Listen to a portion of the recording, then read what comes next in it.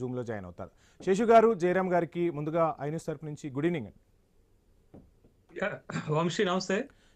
Seshu sir, మొత్తంగా చూస్తున్నాం supreme court ఆగ్రహం వ్యక్తం చేసింది. ఇదంతా ఒక ఎపిసోడ్లా జరుగుతుంటే రాజకీయ పార్టీలకు ఉచితానికి ఏది అనర్హం కాదన్నట్లుగా ప్రతిదీ ఉచితం అంటూ ప్రకటిస్తున్న పరిస్థితి. ఎన్నికలు వచ్చాయంటే ఒక మేనిఫెస్టో అంటే ఏం చేయబోతున్నాం, ఏంటి, ఉన్న సమస్యలను తీరుస్తాము అది ఉంటుంది. కానీ మేనిఫెస్టోని ఉచితాలతో నింపేస్తున్న పరిస్థితి.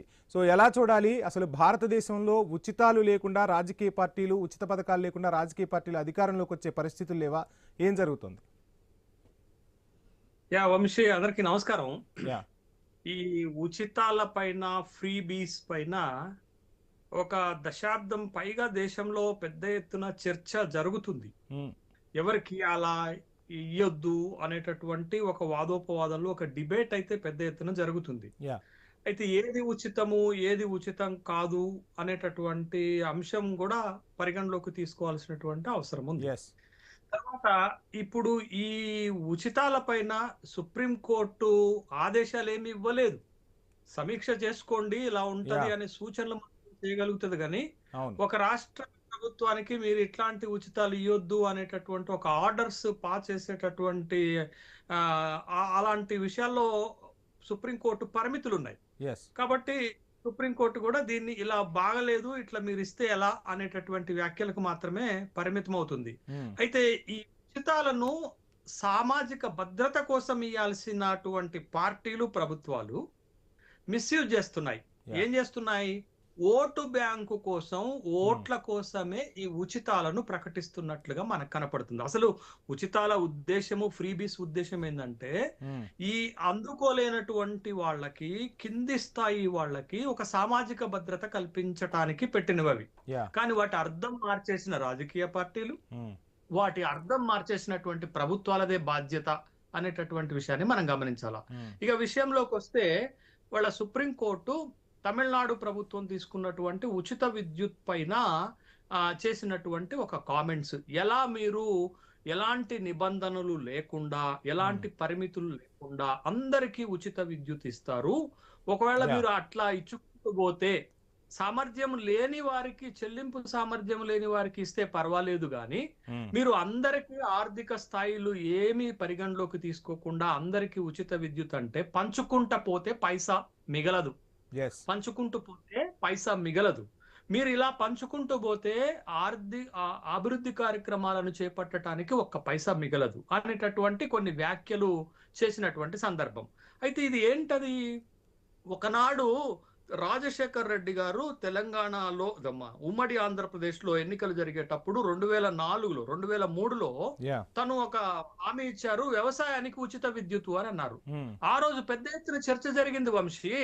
వ్యవసాయానికి ఉచిత విద్యుత్ ఇస్తే విద్యుత్ తీగల మీద బట్టలు ఆరేసుకోవడానికి తప్ప దేనికి పనికిరావు అనేటటువంటి ఒక చర్చ జరిగింది.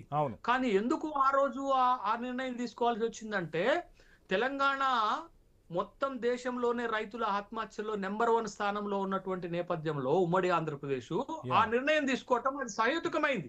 అప్పుడు కూడా ఇలాంటి విమర్శలే వచ్చినటువంటి సందర్భాన్ని మనం చూసాం కదా.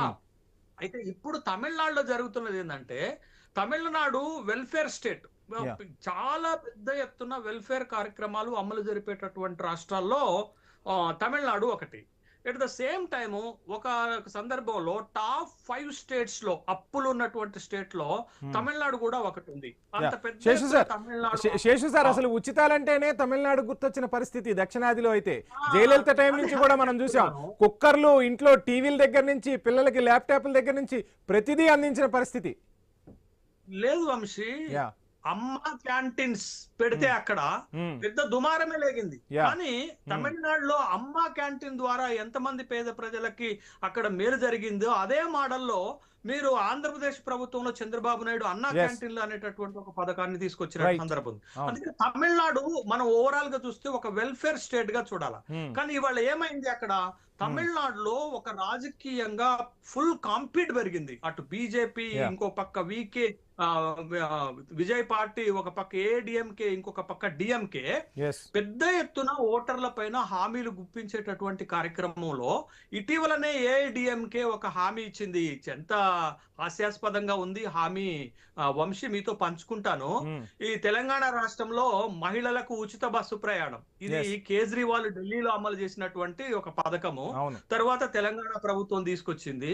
ఇవాళ ఏఐడిఎంకే తమిళనాడులో ఏం హామీ ఇచ్చిందంటే మహిళలకే కాదు పురుషులకు కూడా ఉచిత బస్సు హామీ అనేది ఇవ్వటం జరిగింది.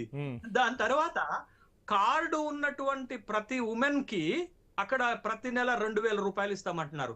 ఇవాళ మధ్యప్రదేశ్ నుండి మొదలు పెడితే మహారాష్ట్ర, జార్ఖండ్, ఛత్తీస్గఢ్, తర్వాత తెలంగాణ, ఆంధ్రప్రదేశ్, ఈ అన్ని 7-8 రాష్ట్రాల్లో ఎన్నికలు జరిగితే ప్రతి పార్టీ మహిళల అకౌంట్లలో డబ్బులు ఇస్తామని హామీ ఇచ్చింది. తెలంగాణకు వచ్చేసరికి మహాలక్ష్మి పథకం 2,500 ఇస్తామన్నారు. ఆంధ్రప్రదేశ్ కు పోతే ఆడబిడ్డ నిధి 1,500 ఇస్తామన్నారు. ఇప్పుడు కూడా తమిళనాడులో అదే పాట పాడుతున్నారు. ఏడిఎంకే హామీలను తట్టుకోవడానికి డిఎంకే కూడా ఏం చేసింది తెలుసా? ఈ ఉచిత విద్యుత్ నిర్ణయానికి ముందే వంశీ ఓ నిర్ణయం తీసుకున్న తమిళనాడు ప్రభుత్వం ఏంటి తెలుసా? 1,34,00,000 మంది మహిళల అకౌంట్ లో 5,000 రూపాయలు క్రెడిట్ చేసేసారు, ఇచ్చేసారు. ఇదే మోడల్ బీహార్ ఎలక్షన్స్ లో కూడా ఎలక్షన్ కు ముందు నితీష్ కుమార్ కూడా అదే చెప్తున్నాను. బీహార్ ఎన్నికల్లో కూడా బీహార్ ఎన్నికల్లో 70 లక్షల మంది మహిళల ఖాతాల్లో నితీష్ కుమార్ ప్రభుత్వము 10,000 రూపాయలు క్రెడిట్ చేస్తే బీహార్ లో ఇవాళ నితీష్ కుమార్ ప్రభుత్వం గెలవటానికి మహిళల ఓట్లే దోహదపడ్డాయి. అందుకే ఇవాళ ఏమైతుంది, ఈ ఉచితాలు అనే దాన్ని సామాజిక భద్రతకు వాడాల్సిన ప్రభుత్వాలు తమ సొంత రాజకీయ ప్రయోజనాల కోసం, ఓటు బ్యాంకు కోసం, ఎన్నికల్లో గెలవటం కోసం ఫ్రీ బీస్ ని అడ్డం పెట్టుకుంటున్నారు. ఇది దేశ ఆర్థిక వ్యవస్థ పైన, రాష్ట్రాల ఆర్థిక వ్యవస్థ పైన పెను ప్రభావం పడుతుంది. ఆయా రాష్ట్రాల్లో ఆర్థిక క్రమశిక్షణ లోపిస్తుంది, ఆర్థిక సంక్షోభం వస్తుంది. ఆ రాష్ట్రాలు మరింత అప్పుల్లో కూరుకుపోయేటటువంటి ప్రమాదం ఉంటుంది. కాబట్టి మళ్ళీ